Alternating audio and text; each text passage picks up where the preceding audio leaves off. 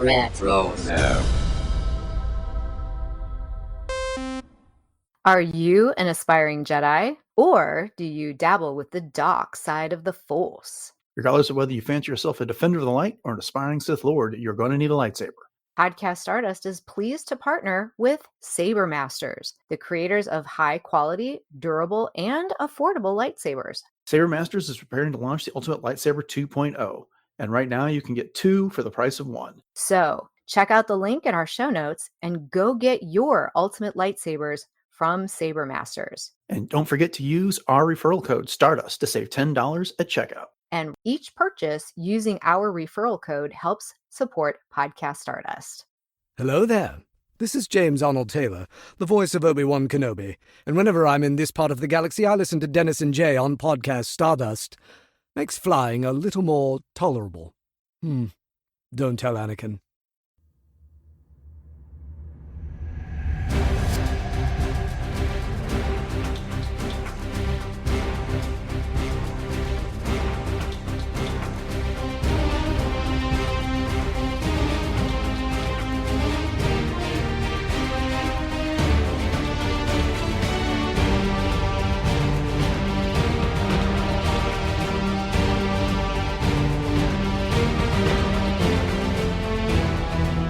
Hello, and welcome to Podcast Stardust. This is the fully armed and operational podcast dedicated to Star Wars news, reviews, and discussion. I'm Dennis Keithley. And I'm Jay Krebs. And welcome to a new week, and happy Labor Day to those that are celebrating the United States. Our rewatch of the Clone Wars continues in this episode, but before we dive into that, Jay, remind everybody where we can be found around the internet. Sure thing. Really easy to find us. We are on Facebook, Instagram, and X, conveniently at Podcast Stardust. All right, the digital line, the signal is boosted to maximum output, the shield is down, and we are now broadcasting to the galaxy. So this will be our look at episode 4 of season 1 of the Clone Wars, which is Destroy Malevolence, and is the third part of the Malevolence trilogy. Full spoiler discussion. It's been out since 2008. So if you haven't seen it by now, pause it, come back later. With all that being said, Jay, you want to go ahead and give everyone the summary of this episode? Absolutely. Obi-Wan's fleet pursues the badly damaged Malevolence until Padme Amidala is taken hostage thanks to a trap set by Count Dooku. Anakin, Obi-Wan, and R2 then board the Malevolence to rescue the Senator. In the action that ensues, Anakin rescues Padme while Obi-Wan attempts to further damage the Malevolence's engines. Anakin and Padme then sabotage the Malevolence's navicomputer so that the ship will crash into a nearby moon the next time it attempts to go to hyperspace. After a fight with General Grievous, Obi-Wan makes a rendezvous with Anakin, Padme, R2, and 3PO, and the 5 of them escape from the Separatists. The Malevolence then crashes into the moon, and Grievous jumps to light speed in his personal fighter. Yep. And that concludes the Malevolence trilogy right there. So it's a fun little episode. What did you think about this one overall? Oh, yes, definitely very fun. And I forgot that Padme was even in this one. I don't know how, but we get a little bit of, stolen romance in this one too. So, I'm always on board for something like that. But there's some fun little moments in here for sure. And I'm excited to break it down. But what about you? What were your thoughts overall? Oh, yeah, I like it. That leads me into my question, though. Compared to the previous 2 episodes in this little trilogy, how do you think it did? Is it a good conclusion to the 3-episode arc? I do think it was a good conclusion. Was it as, phenomenal and like, wow, kind of a conclusion? Not necessarily. I mean, you kind of knew what was coming. But the way that it was done, I think was good storytelling overall. And, like I said, some of it even harkened back to, for example, reminding me of Attack of the Clones, especially with the the maglifs and things going back and forth and Padme and Anakin trying to navigate those. And but yeah, it was some good comedy in there overall. I love seeing Obi-Wan and Grievous facing off, and Grievous getting thwarted again. Yeah, for me, it's good. It's a good episode. I enjoy it. I like it, but I think perhaps it's the weakest of the 3, and that may not even be fair. I think the bigger issue is that it's kind of got a tone difference compared to the first 2 episodes. The first A good one, way to put it. Yeah. is Plo Koon and these clones trapped in a skate pod, desperately waiting it out while there's clones hunting them down, trying to expose them to the vacuum of space and kill them. And so there's a darker tone there. And then the second episode is this leadership theme that's going on with Anakin and his drive to try and finish a mission when he's the only one that can complete it. This one is definitely more lighthearted when it comes down to it. You alluded to the romantic tones here. And so there's that. So I like it. It just was kind of an odd tonal choice compared to the previous two episodes in the story arc. That's a good way to put it. Yes. Yeah. But then you brought up Padme, and this is her first appearance in the series there. And so she is sent to this location as a trap that's been engineered by Count Dooku so that Grievous can capture her, and hopefully the Malevolence will be able to use her as a hostage and then get away. And she kind of shows up in adventure garb. It's not her senatorial robes. It's not any of her dresses that she wore as a queen. And yeah, so we get her here, and she's got very much an action role in all of this. And of course, you alluded to the relationship she has with Anakin, so there's a little bit of romanticism as well. So what did you think about Padme's first appearance? Oh, I thought it was a great one, honestly. And again, I kept thinking about Attack of the Clones in this, and just the fact that, this isn't their first rodeo when it comes to, rescuing Padme and being by her side and having these adventures with her. So it just seems like, Obi-Wan, Padme, and Anakin always seem to get themselves into trouble. So I was thinking back, to the arena scene and the Petronaki arena on Geonosis, and just all the adventures that they've had together. So it's kind of like, okay, here we go again. But yet you can see for Anakin anyways, there's definitely much more at stake that no one else knows about. Although Obi-Wan does give that little beard tug, at one point when things are happening. And so, of course, Obi-Wan's known all along, I feel like, as we get later in season 7, but no, I thought Padme did a great job in this, and I thought that her character was portrayed, perfectly. Yeah, I differ slightly on that. I kind of feel like Padme, the same with Ahsoka, the same with Anakin, the same with Obi-Wan. When this series started, the actors don't quite inhabit the roles the way they do by the time they get to seasons 2, 3, 4, etc. in here. So it's kind of like Padme dial it to 11, if you know what I mean. It's just like, I will not be used as a bargaining tool. Continue your attack. And Sure. it's like, that was a bit more brash than I think Natalie Portman would have done in that role, for instance. But again, Kat Tabor's not alone in this.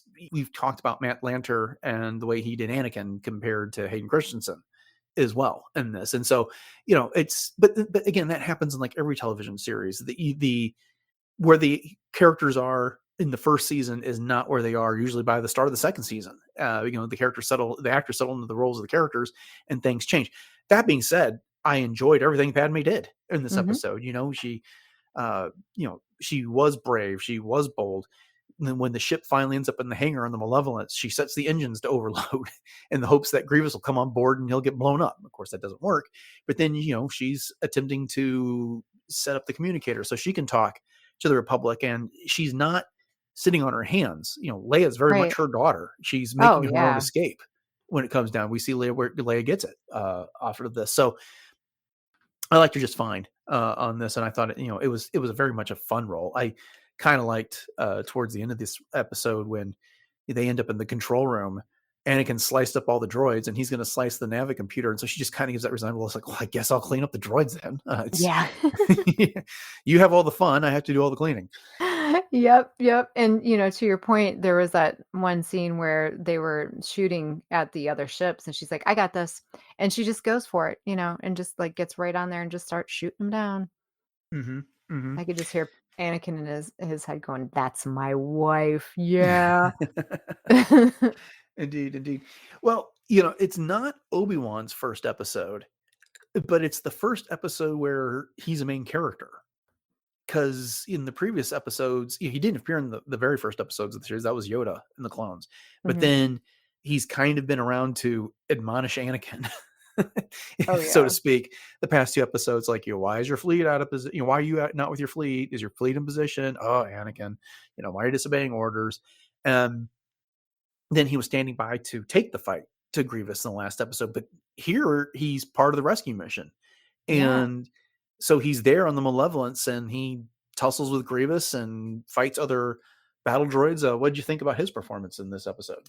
Oh, it was great, and again, I keep thinking about Revenge of the Sith when we finally see Grievous get together again with Obi-Wan, the negotiator, so Mhm. they have this previous kind of history with one another, and then there's the banter that goes on between them, which is always classic.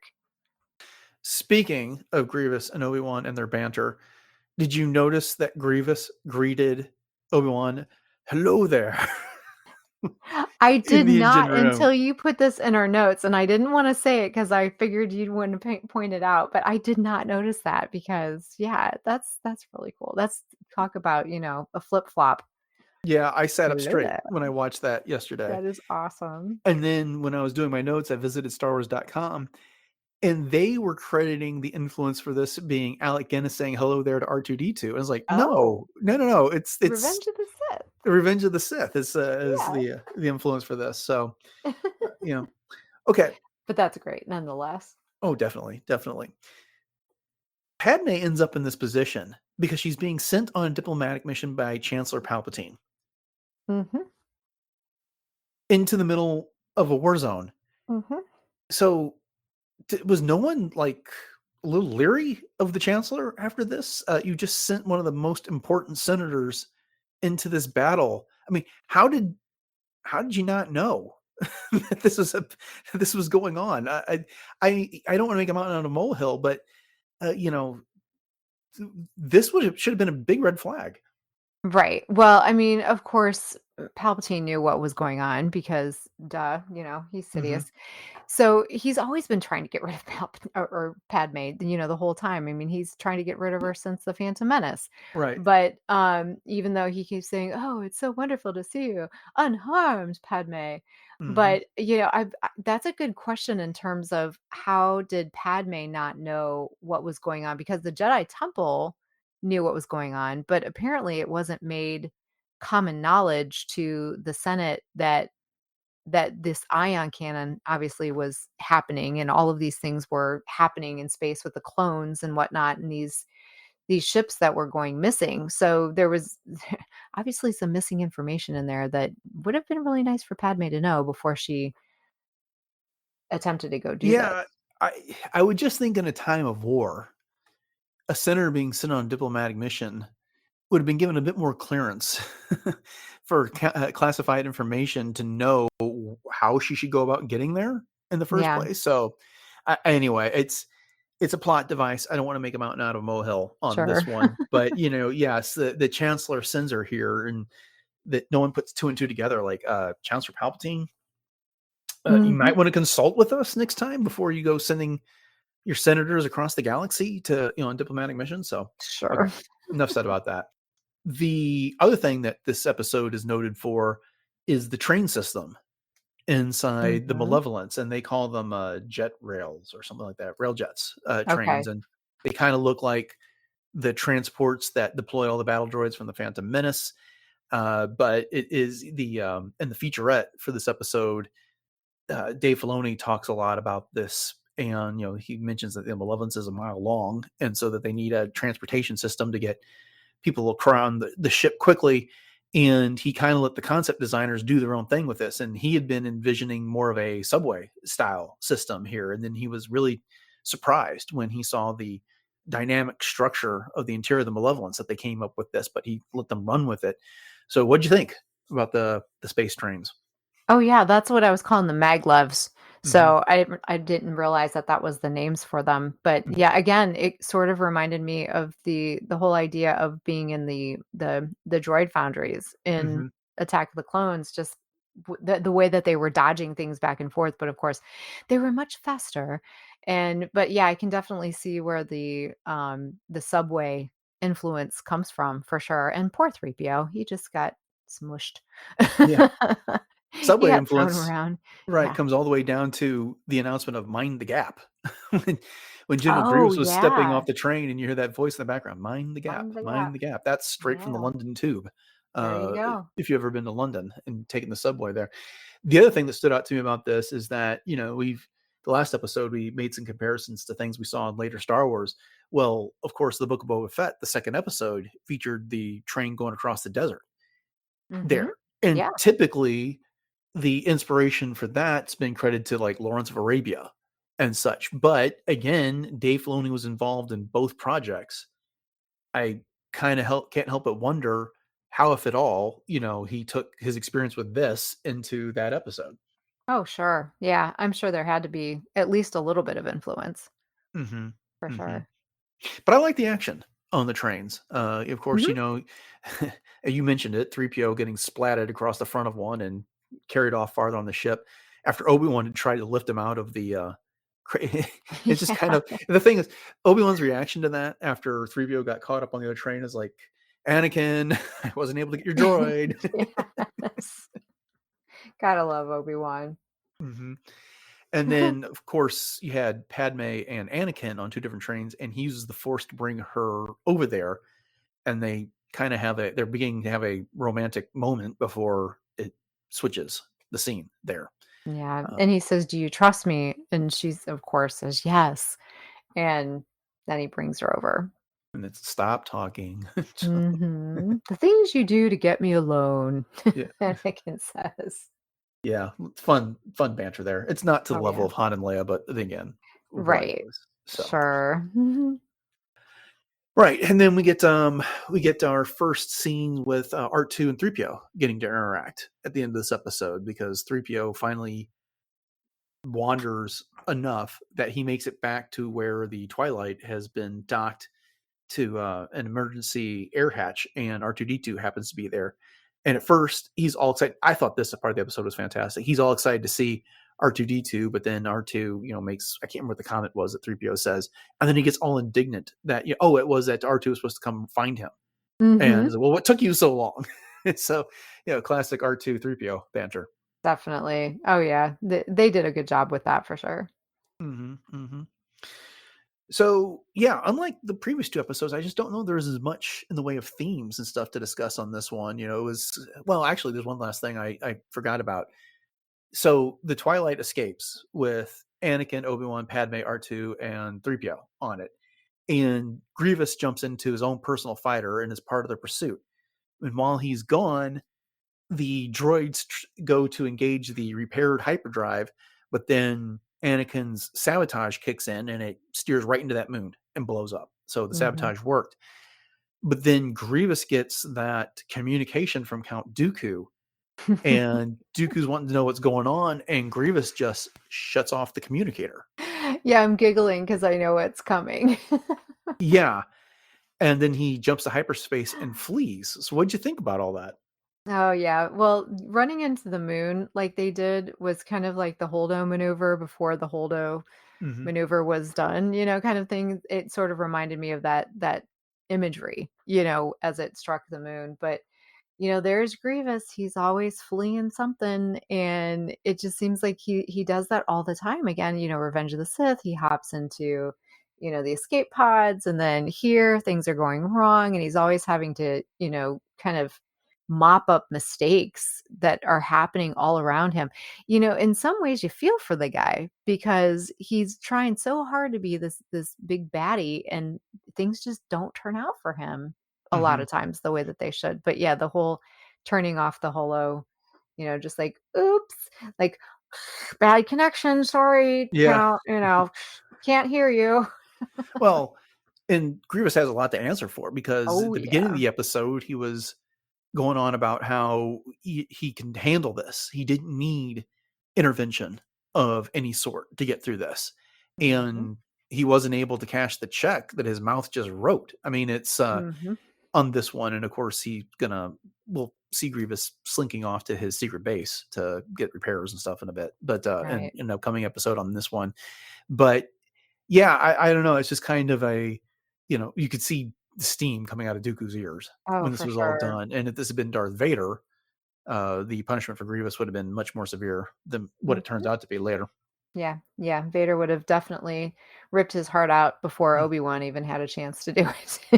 Mhm. But yeah, I mean, it's just the whole idea of this ion cannon on the Malevolence. I mean, that was such a huge type of weapon for the Empire, or for the Separatists to have in their hands, and just to lose it that quickly. I mean, yeah, that's big. Like Yeah. you said, it's a Well, big thing to answer for. right. It is a super weapon, Hmm. but we also know it's not the only one that was in development at this Right. time. Yep. There was a Death Star that was in its early stages of plotting and construction. The Separatists had designed one. Pago the Lesser gave the plans to Dooku and all this. So, Exactly. yeah.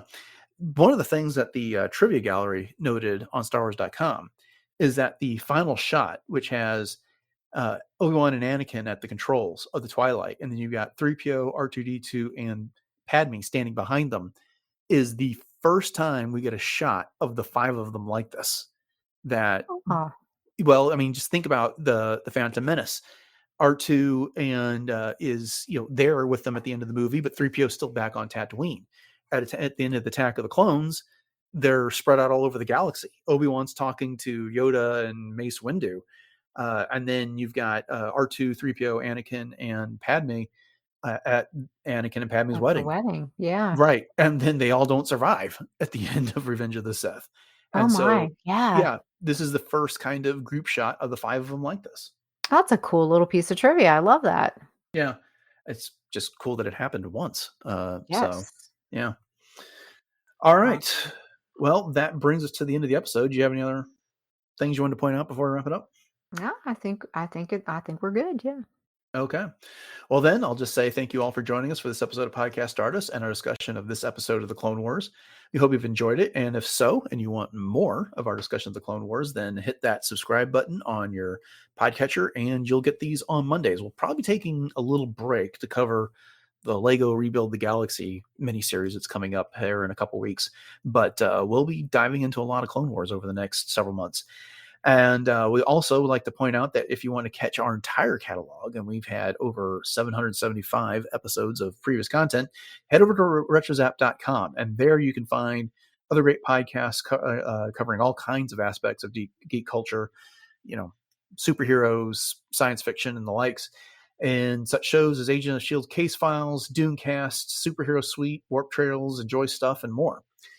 And if we could be so bold as to ask you for a favor, it would mean a lot to us if you could head to your podcatcher, especially if that's Apple Podcasts, and leave us a 5-star rating and a written review. Those things help churn the algorithms and make the show more noticeable to people looking for Star Wars content. And the other thing that you could do that would be really great for us is share the show on social media or respond to one of our Instagram posts or something like that. Tell us what you liked about the show. We get a lot of comments over on YouTube, but it'd be fun to see them in other places like Facebook and Instagram as well. So with those things in mind, Jay, remind everybody what our handles are for social media and where else we can be found online. Absolutely. So you were just mentioning Instagram, so that's just one of our outlets. So we have Facebook and X in addition to that, and those are all at Podcast Stardust. And you can also check out all of our Pinterest boards with lots of fun ideas. And as Dennis was saying, we have 2 different YouTube outlets. So we have the traditional YouTube as well as YouTube Music. So head over to both of those, like, subscribe, and share those out. And, as Dennis also said, we are literally everywhere when it comes to, all of the episodes that you can find. And some of the streaming services don't have all of the episodes, but you can definitely find all of those on the retrozap.com site.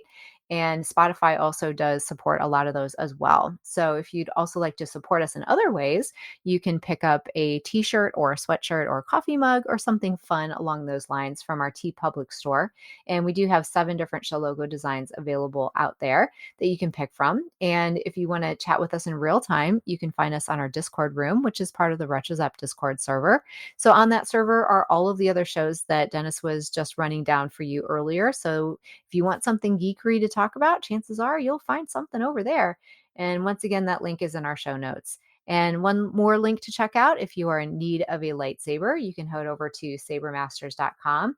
And they have tons of different battle ready lightsabers available. And you can pick up anything of your liking. And if you do, make sure you put in the code Stardust at checkout, and that will earn you an extra $10 off. And once again, does help to support the show. And we would really appreciate that. All right. Jay, I know you got some stuff coming up in cosplay, so why don't you fill in everybody on the latest? Oh, I do. I have an exciting announcement. I talked about this on our news show, but I am once again going to be a special guest at the Cleveland Gaming Classic, which is going to be at the Cleveland IX Center on September 20th through the 22nd. So I will have my own table out there and I will have tons of fun new merch to check out. So you can catch me on my Instagram, which is at j.snipscosplay, for all the deets on that, as well as any other upcoming events that I might be having in October. Hint, hint. But I'll just wait on that one for just a little while. But you can catch me on my Instagram as Ahsoka, 2 different versions of Hera, my original concept Mandalorian based on Tahiri Vela from Legends, as well as a lot of other fun things like the Fourth Sister Inquisitor.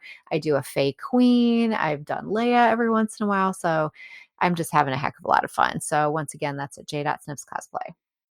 Okay, upcoming on the show on Wednesday, we are going to have a discussion with a special guest on the Phantom Menace novelization as part of our celebration of the 25th anniversary of the Phantom Menace. And then on Friday, it will be our weekly look at Star Wars news. So thanks for listening to episode 776 of Podcast Stardust, everyone. Have a great week. And until next time, may the Force be with you.